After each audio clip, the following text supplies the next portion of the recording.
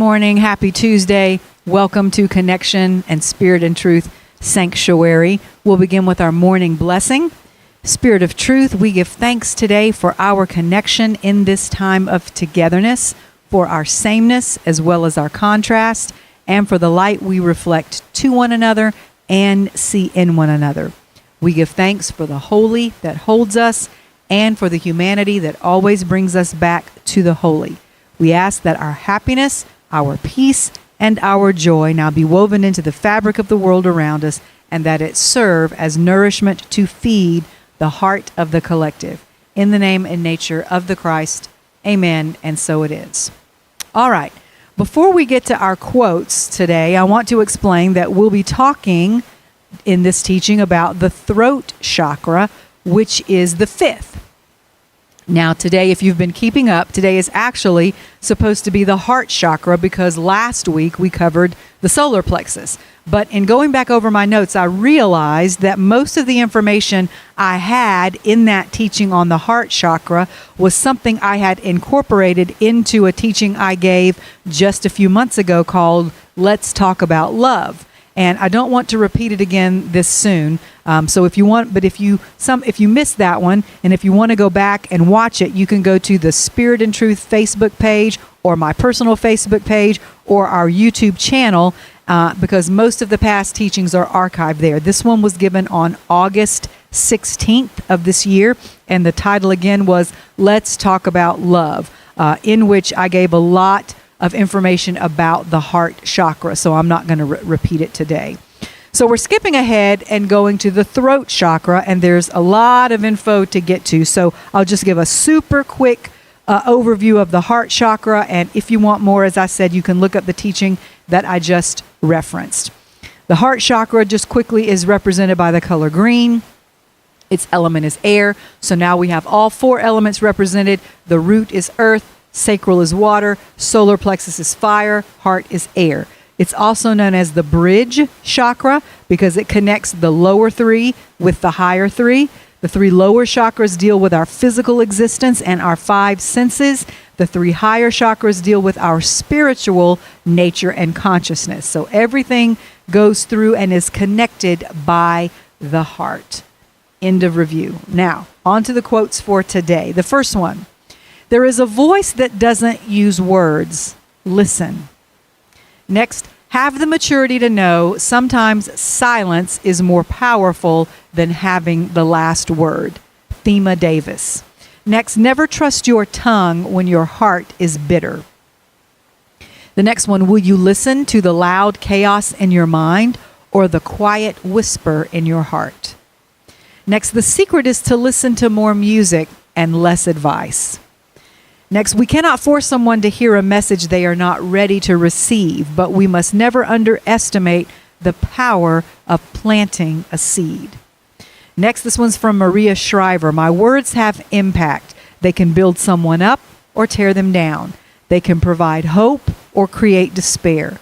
My goal is to use them wisely, to make someone's day rather than ruin it.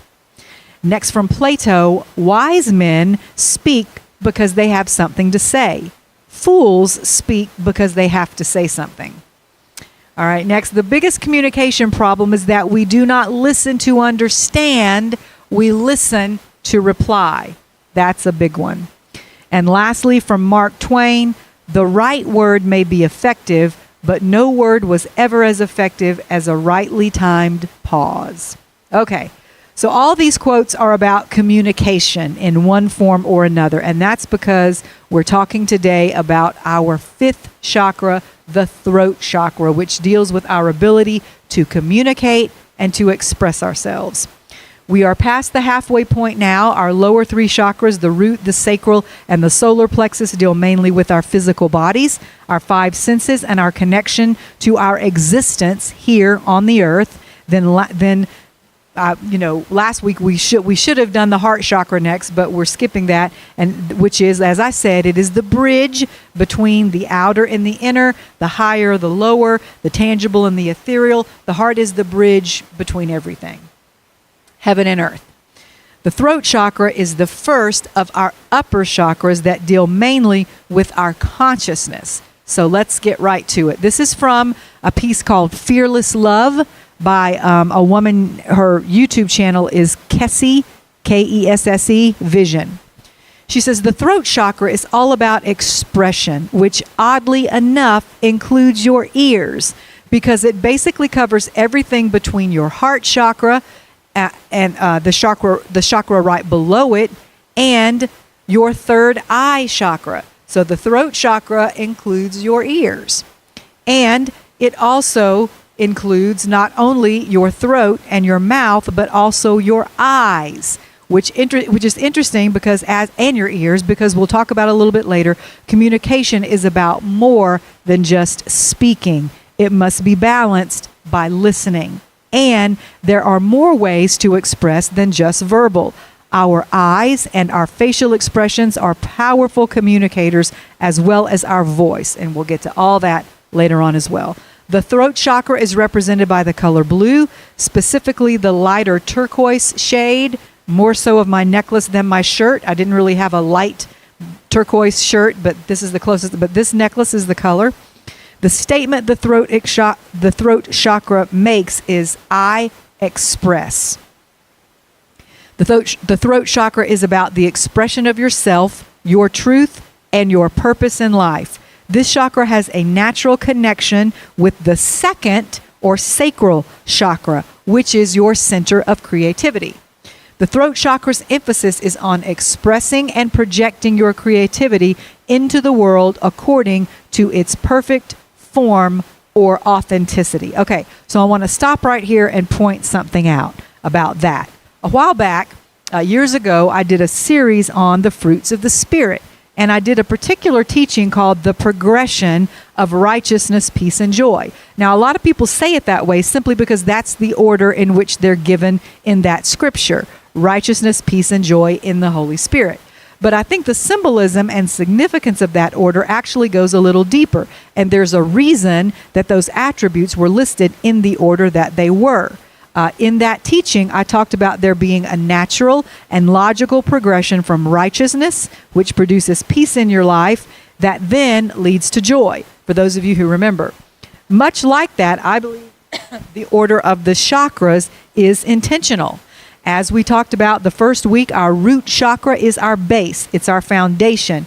It's what all the rest of the chakras and energies that they regulate are built on. That's why it's important that it be as strong as possible, and why we should start working on strengthening that one first.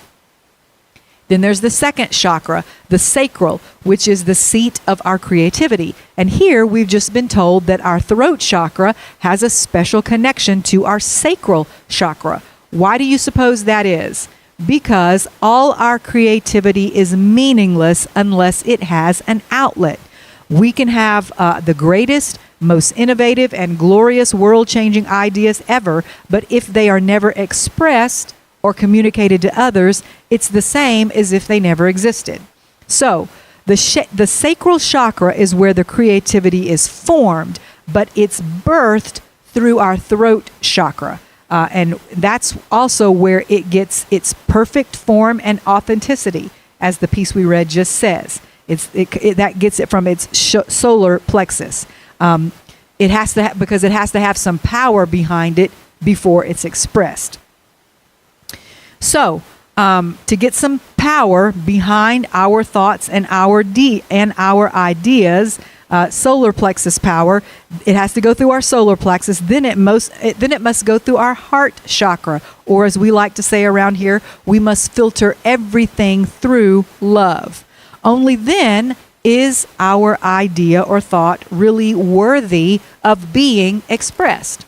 Remember when we talked about the sacral chakra, I said just because we have the ability to create doesn't guarantee our creations will be good ones. We've got to learn how to be good parents to our creations. Well, this is the process. This is how we do that, by making sure our ideas go through the solar plexus chakra, which ensures they are true and authentic, which gives them power, the power that they need, and then we filter them through the lens of love before we express them through our throat chakra. All right. So in some of my research for this teaching today, I was listening to a woman, and she said something to the effect of, You know, these days, everyone is very concerned about having and building a platform for their voice to be heard. So that's a buzzword right now, your platform. What is your platform? Everyone wants to get a YouTube channel or have a podcast. Before that, everyone wanted to start a blog. And before that, everyone wanted to write a book. And there's a great deal of emphasis placed on how many subscribers or followers you have, how many people click like on your content. So many people now strive to make an entire career out of being something called an influencer on social media. And it's basically all built on personal popularity. But the point this woman was making was maybe there should be less emphasis on building your platform and growing it bigger and bigger, and more emphasis put on what you're actually using that platform to say, what the content is. In other words, is the content you're putting out there actually worth anything? Going back to one of our quotes today, wise men speak because they have something to say. Fools speak because they just have to say something. Let's make sure we're not getting the cart before the horse and just having diarrhea of the mouth before we run that content through the process or the progression of the chakras, making sure it's first got a good foundation, our base chakra, then that it's got power behind it from our solar plexus because it's something that's true and authentic, and then lastly, that it's been filtered through love. Then, as the Bible says in Proverbs, you won't have to worry about building a platform because your gift will make room for itself. If what you have to say is good enough, people will find a way to listen to you. And the least of your worries will be growing a platform. All right, so that reminds me of another quote. And this one is a particular favorite of my husband's. Speak only when what you have to say will improve upon the silence. He says that one to me sometimes. All right. So, okay, let's finish up with the basics of the throat chakra. I just wanted to stop there and talk a little bit about how the chakras are a progression and how they work together.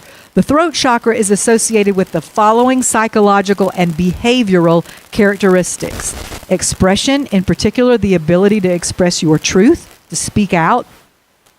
Communication, whether it's verbal or nonverbal, external or internal. Connection with the etheric realm. We're going to talk about that in a moment, what the etheric realm is. Propensity to create, projecting ideas and blueprints into reality. Okay, so time out. Basically, your sacral chakra provides the blueprint. That's where we create it. But the structure doesn't get built. It doesn't become a reality until that blueprint is expressed or communicated through your throat chakra. The plan will just stay on the paper until you communicate it to a builder who can then build the house or the building or whatever it is. So this is all about the power of the spoken word, which we've talked about many times. The power of life and death is where? It's in our tongue. We create with our words. So the throat chakra is the vehicle we use to transport our ideas from imagination to manifestation. All right? So the remaining characteristics of the throat chakra are realizing your vocation and purpose and having a good sense of timing. Again, knowing when to speak and when not to speak. So those are the attributes of a healthy and properly functioning throat chakra. When it's blocked or out of balance, it can be manifest as lack of control over one's speech, speaking too much or speaking inappropriately, not being able to listen to others, or at the other end of the spectrum, excessive fear of speaking, having a small, abnormally quiet or imperceptible voice, not being able to keep secrets or to keep your word, telling lies, excessive secretiveness, or shyness or lack of connection to a vocation or purpose in life. So, getting and keeping this particular chakra healthy is pretty important, as you can see. Before we move on, I want to talk a little bit more about this word etheric and what it means, because this chakra, as well as the remaining two, the third eye and the crown, are all associated with the element known as ether, or the etheric realm. As you'll recall, the lower three chakras, as well as the heart chakra, were each associated with a different element: earth, water, fire, air. But when we get to the upper three, they're all associated with the fifth element known as ether, which is interesting and worth exploring a little, I think. So again, by way of review, bottom three chakras are connected to our physicality and our instincts. Then we have the bridge of the heart chakra, and now we're dealing with consciousness. We're in a more mental state as opposed to a physical one. So let's learn about ether. The element ether is the first of the 5 great elements. It comes first because it's the most subtle of the elements, often referred to as space. It is the essence of emptiness. Okay, so actually, it's the void we've talked about before, where everything is created. It is the space the other elements fill. The origin of ether is shabda, or sound, in its primordial, unmanifested form. Shabda is the space from which vibration emerges long before it takes the form of sound in the ear. This sound and ether are inseparable. All right, so we're basically talking about the same thing here as the Bible talks about in the opening words of the book of Genesis. In the beginning, the earth was without form and void. That's the space or the emptiness which is described as ether. And where did the ether come from? It came from what they're calling here the shabda, unmanifested sound, which is pure vibration, or what we in the Christian tradition know as the voice of God. As in the Bible it says, and God said, let there be, and there was. Whatever it was he wanted to create, light, the firmament, animals, water, he created that with his voice, with sound, with this shabda they're talking about, this vibration. So you see, the more you explore different traditions and belief systems like we're doing right now with the chakras, the more you understand that it's all just different ways of describing the same thing.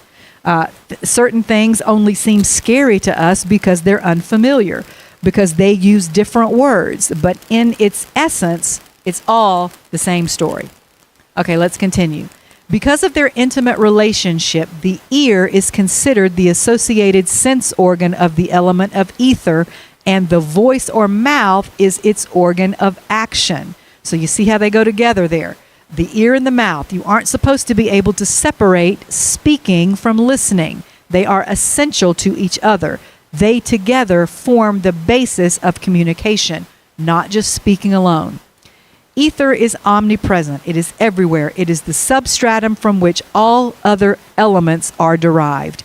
Ether is a part of all other elements. It is also the most expansive of the elements, without form or boundaries. Ether has no limits.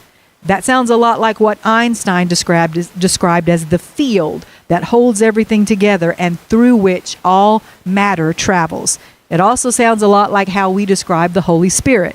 So that is the element that is associated with the 3 upper chakras: the throat, the third eye, and the crown. So the first thing I want to address today concerning the throat chakra and our ability to communicate is this idea that communication refers to both speaking and listening. Just like light and darkness, male energy and female energy, one is not complete without the other.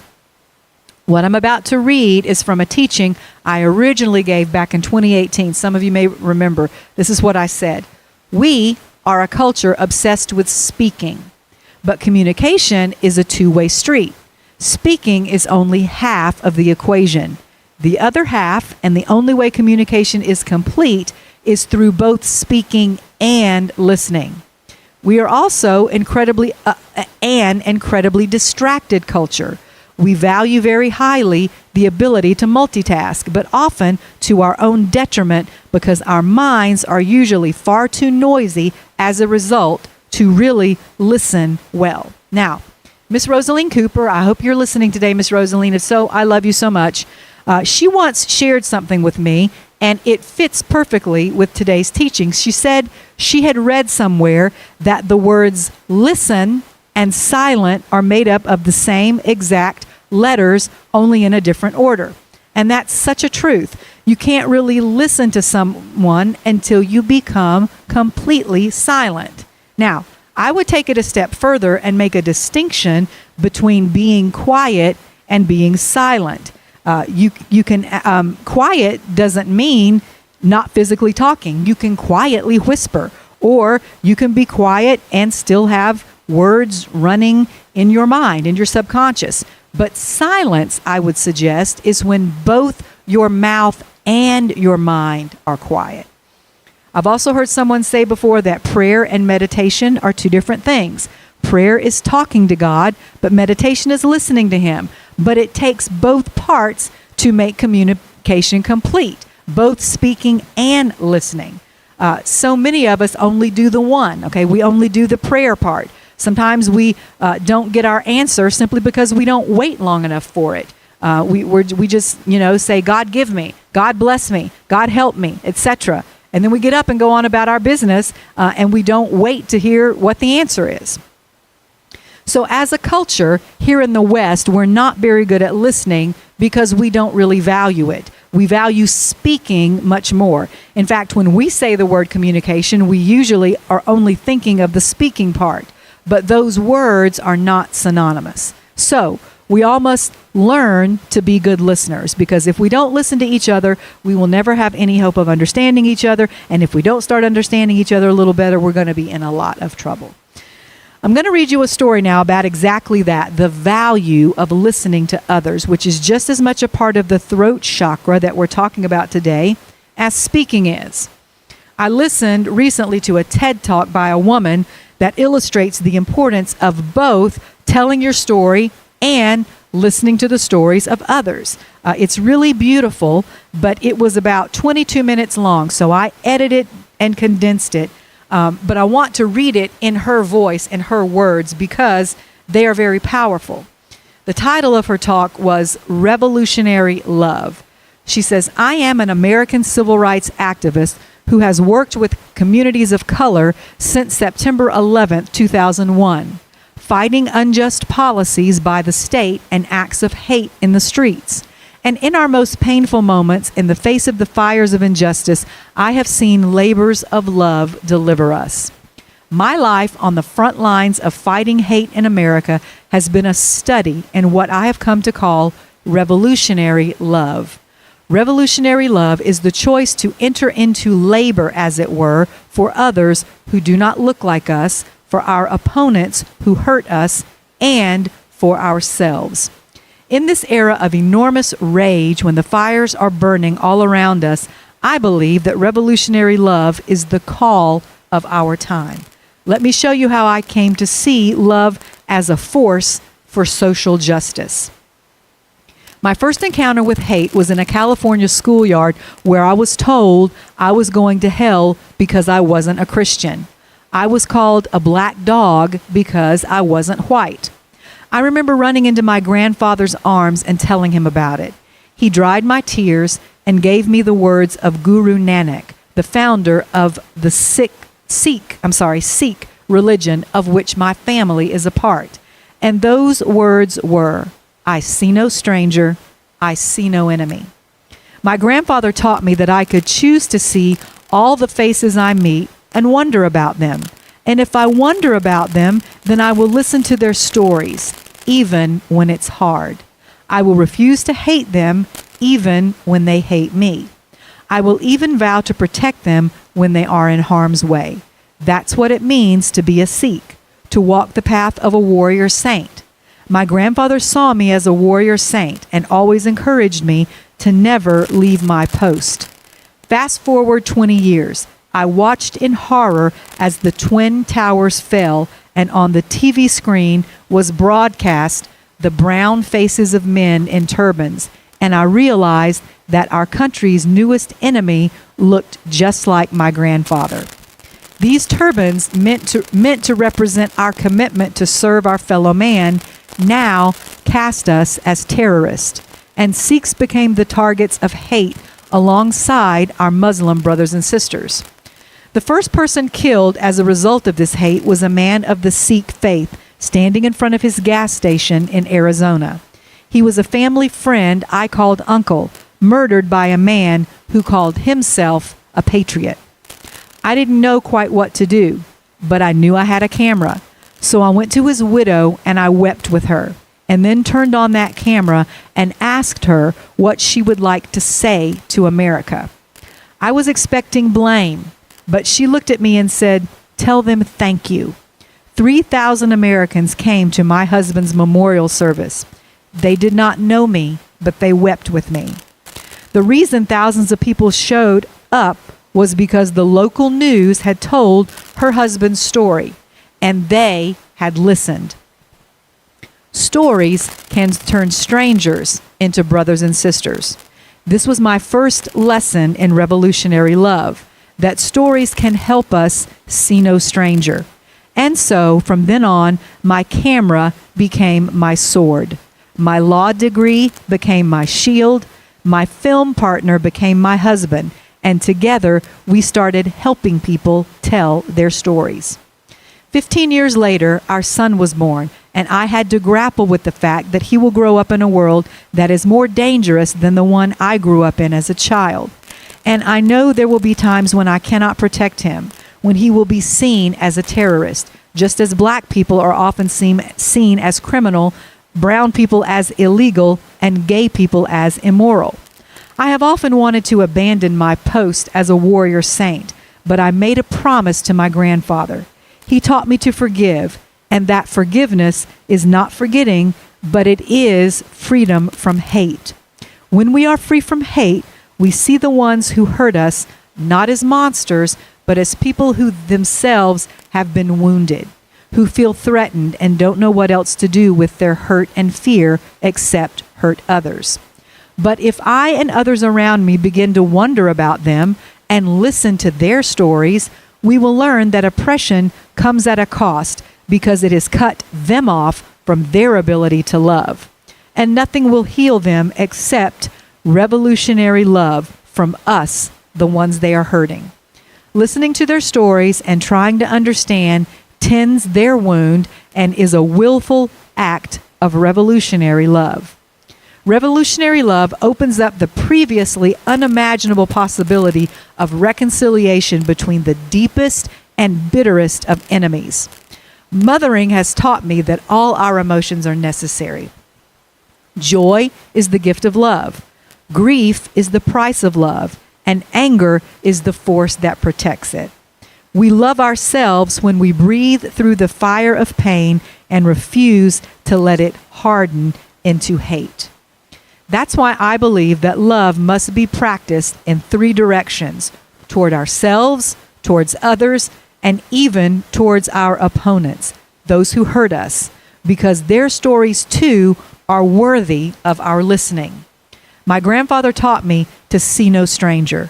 Strangers are just a part of me I do not yet know. I choose to wonder about you, and I will listen to your story. It's easy to listen to the stories of those we love. It's easy to tune out or not be interested in the stories of those who hurt us. It's hard to listen to their stories so that we can understand why they do what they do. But if we're going to make any progress, if we're going to grow spiritually, we must. Whew, very powerful. I think I'm even going to take a sip of water after that.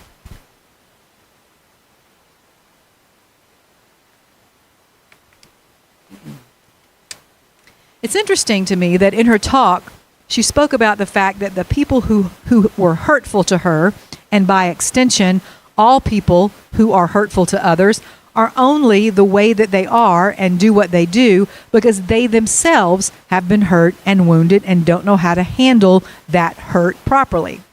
It's been said many times that any system of oppression hurts both the oppressed and the oppressor. It may not seem that way to the oppressed, but the oppressor is just as tormented, only in a different way. So, this woman, whose story I just read you, used her voice, her throat chakra, to say yes, as it were. Her solution was to open her heart in an act of what she called revolutionary love, and forgive her oppressor. And that's beautiful. But in order to fully express the full range of our throat chakra, I want to talk now briefly about how we can also use it to say no to oppression. Both are necessary. Just like we often say, God is not good all the time, God is all the time. We can and should sometimes use our voice to say no, as well as yes at other times. Sometimes when we see injustice occurring, we've got to be able to say no.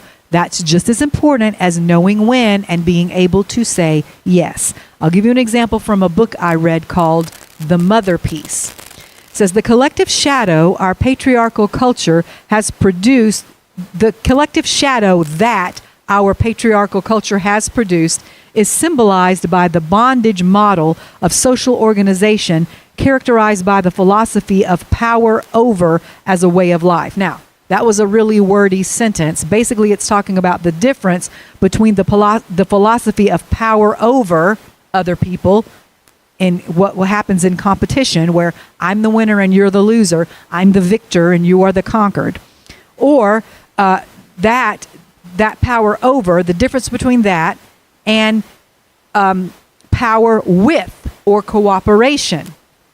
And what this is trying to say is our patriarchal way of life is promoting that power over model competition rather than power alongside of or with and cooperation. Instead of following the natural laws of the universe, this model establishes dominance and hierarchy where everything is done for the personal gain of the few at the expense of the many. Because that's what a hierarchy is. It looks like a pyramid. There's a bunch of nobodies at the bottom who aren't very important and whose lives and happiness and welfare aren't valued very much except for what service they can provide or for what use they can be to the people above them. And the levels just keep getting smaller and smaller as you go up until you get to the top, where there are just a few people in control of most of the resources, and thus they have most of the power. In basic terms, this model of society suggests a state of greed and selfish egotism, an untenable pattern if human civilization is to continue. In other words, we can't keep going on with this system. It represents the sin of separatism discussed by esoteric teachers who understand that human connectedness to one another and the earth is the only hope for humanity's survival.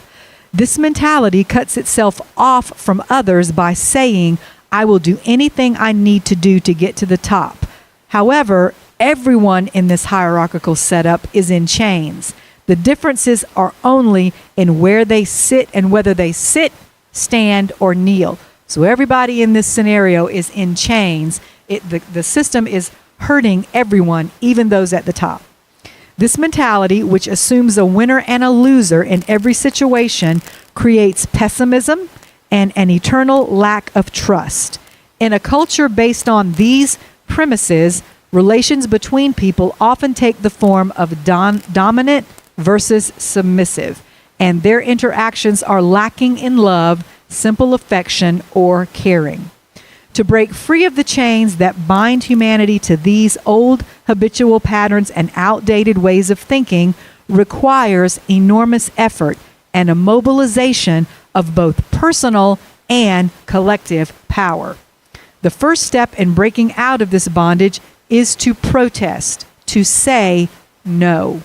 The saying of no by an individual who has habitually given into oppression releases energy in itself.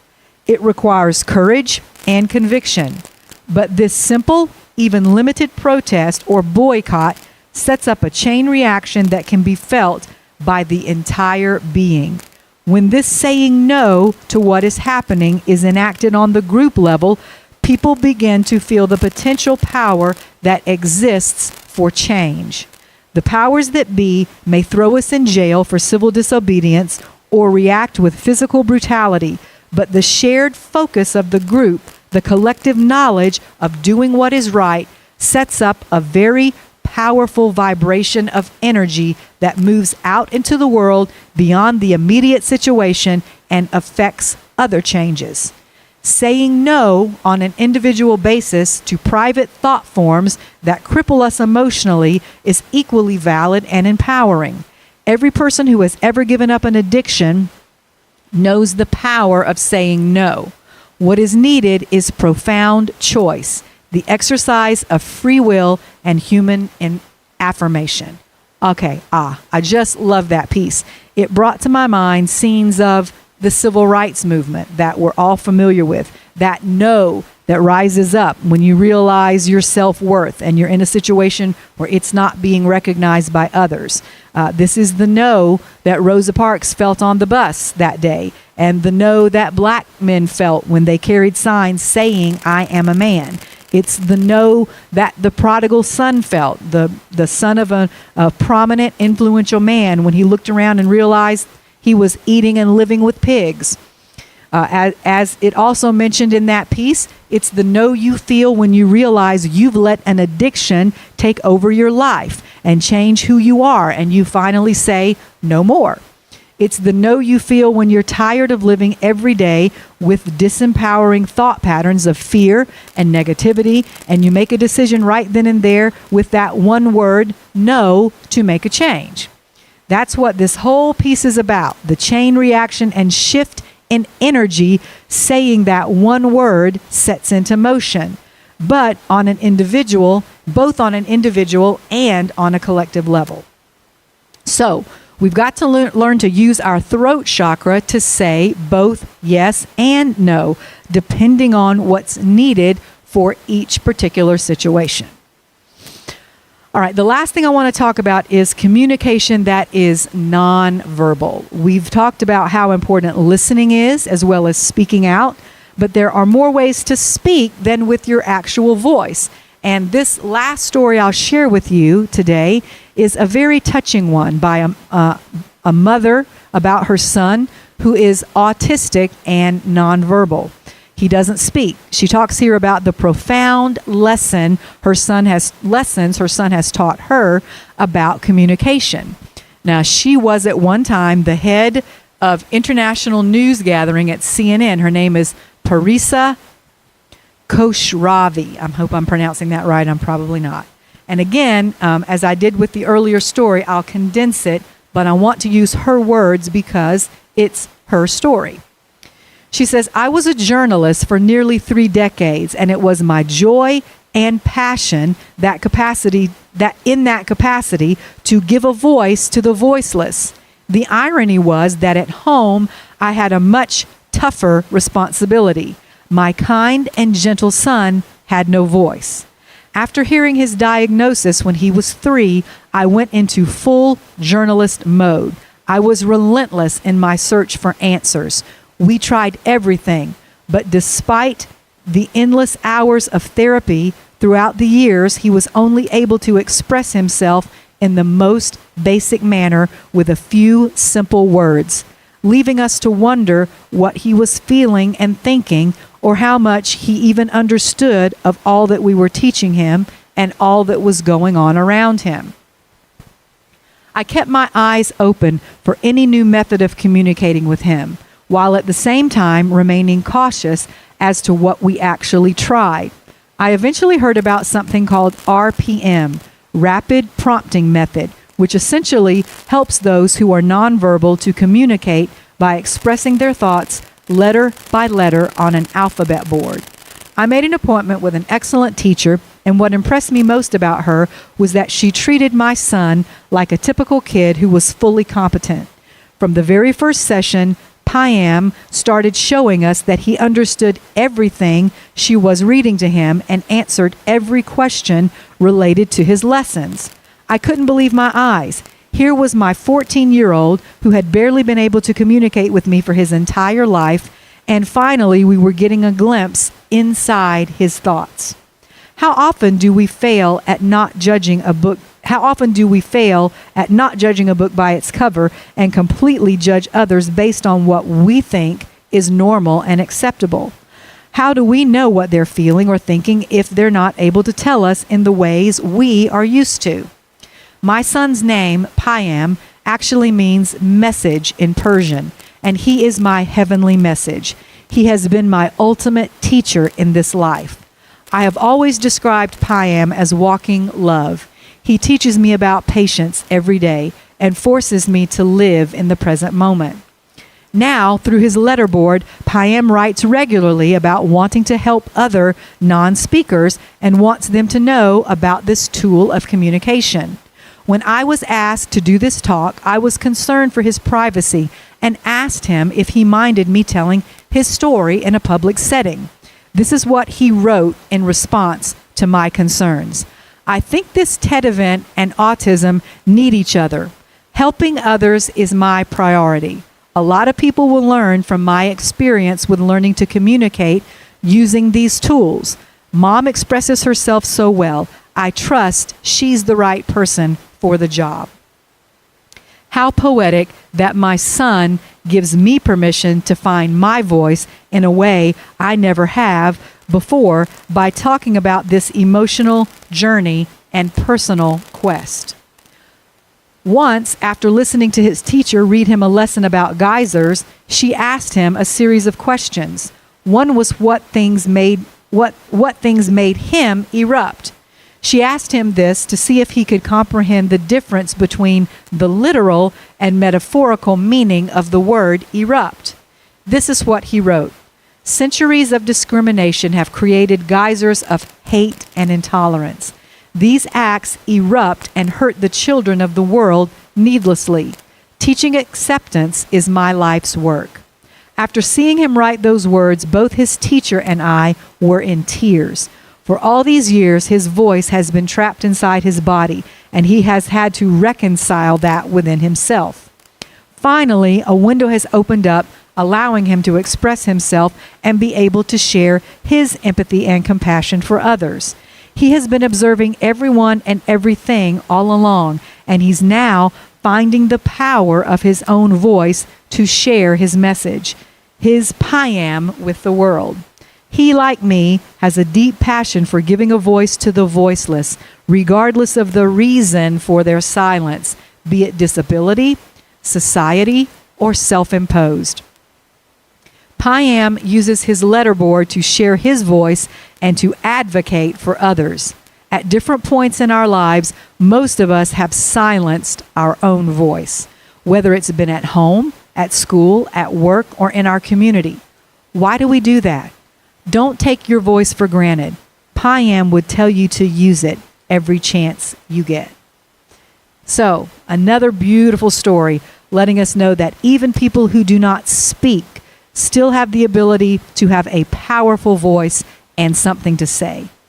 Nonverbal communication in all its forms, a letterboard, the written word, a kind gesture, an understanding look, a loving touch, are all important ways we communicate and are connected to our throat chakra.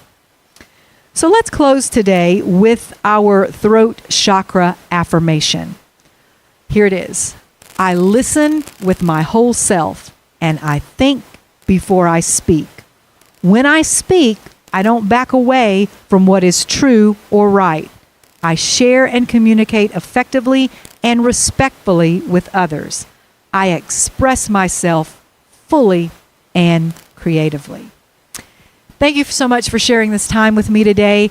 Join us tomorrow night, Wednesday evening at 6:30 for our continuing study series, Eckhart Tolle's A New Earth, and we will see you again. I hope everybody had a great rest from physical church last week, but we'll see you again on Sunday. Until then, I love you. Be at peace. Have a great week.